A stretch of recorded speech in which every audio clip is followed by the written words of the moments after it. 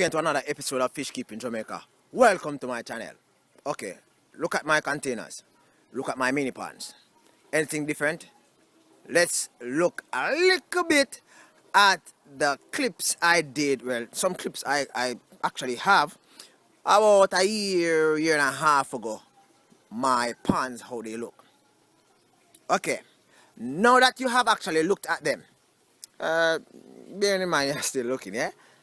Now that you have actually looked at them, you see the difference, right? Hyacinth lilies practically have died out. And I now have to find some other means to get my ponds to be oxygenated using plants. Okay, let's look at hyacinth lily a little bit. Okay, hyacinth lily, and these are the few that's left, right? Hyacinth lilies are very funny plants. Alright, so this is a hyacinth lily. And the sidings here, these are, what I call it now, leaf. And it's practically dead, right? Okay, how hyacinth lily works is if I actually trim around here and take off all these dead leaves, what will happen is that it will be looking something like this, right? So it looks something like this. What happened is that hyacinth, because I've trimmed it up, right? I place it in the water. When I place it in the water, it's no longer upright. What happened is that the more, although the plant lives in water, but the more the leaf is in the water, the leaf will rot.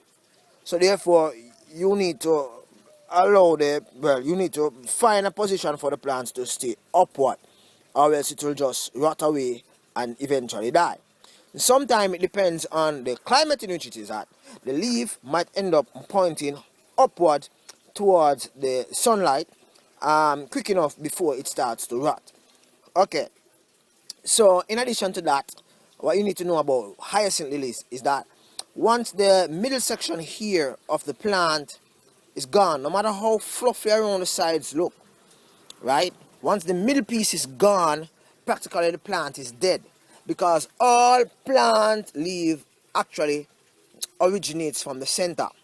And because it originates from the center, where the middle piece actually either it's rotten, or it's some error of yours or in nature, it just fall out. What will happen is that the larger leaves, normally it's more leaf than this, right, will live out its days, and there will be no replenishing leaf, and eventually the plant will rot and go to the base of the pond or the container or the river or the stream or wherever it is at.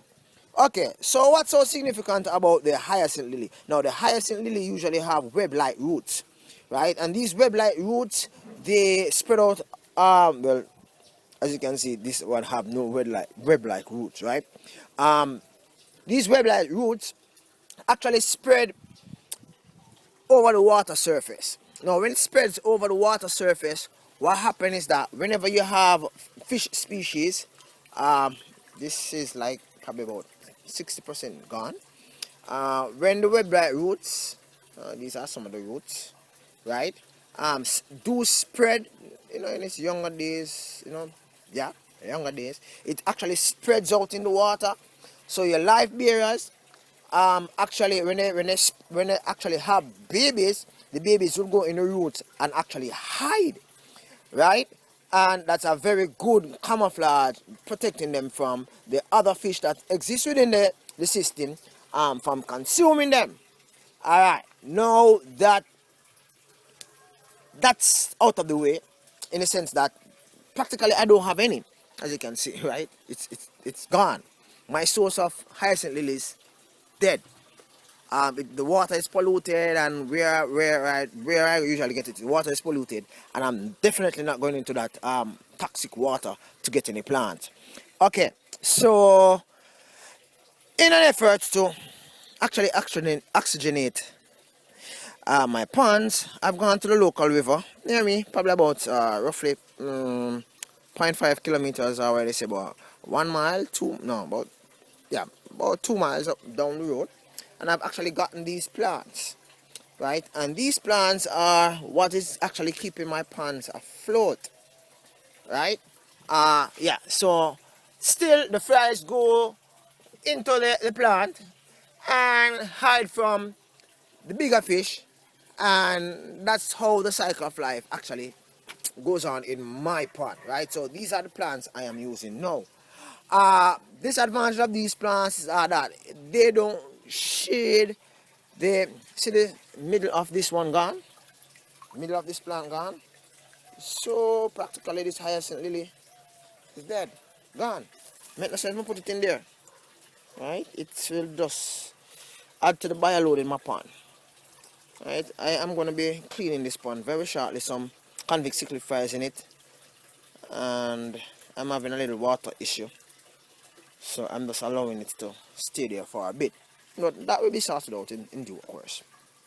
Alright, so one thing I do not like about the plant in which I now use in my pond system is that it doesn't offer much shade for the entire water surface. Now, if I had, now looking back at the hyacinth lilies 2 years or a year and a half ago, right? I'm a convex cichlid swimming, right? Now, looking back at my videos 2 years ago, you realize that my ponds were so stuck with hyacinth lilies. Sometimes I had to actually throw some, right? So that's not the case anymore. I just have to be using this plant. Over time, this plant will get very bushy, fall to the bottom, and I might end up have to throw away some. But right now, I'm just trying to use what I have to get my ponds actually working. I'll give you more up-to-date. I will give you more update information on that in due course. Points to note that not all countries, states, or region allow hyacinth lilies to be within their waterway, because hyacinth lilies have this thing where once it is in a very cool, shaded area, it tends to spring a lot, right? Shedding the dead branches or the leaves or whatever you call it, roots. And after a while, what will happen is that it tends to clog the waterway. So therefore, the flow of the water will be limited. As a result, river tend to drop in the velocity going down, right? So therefore, water supply will be disrupted. Well, that's it for now. Enjoy your day. Bye bye for now. I'm gonna get some more plants. Cool.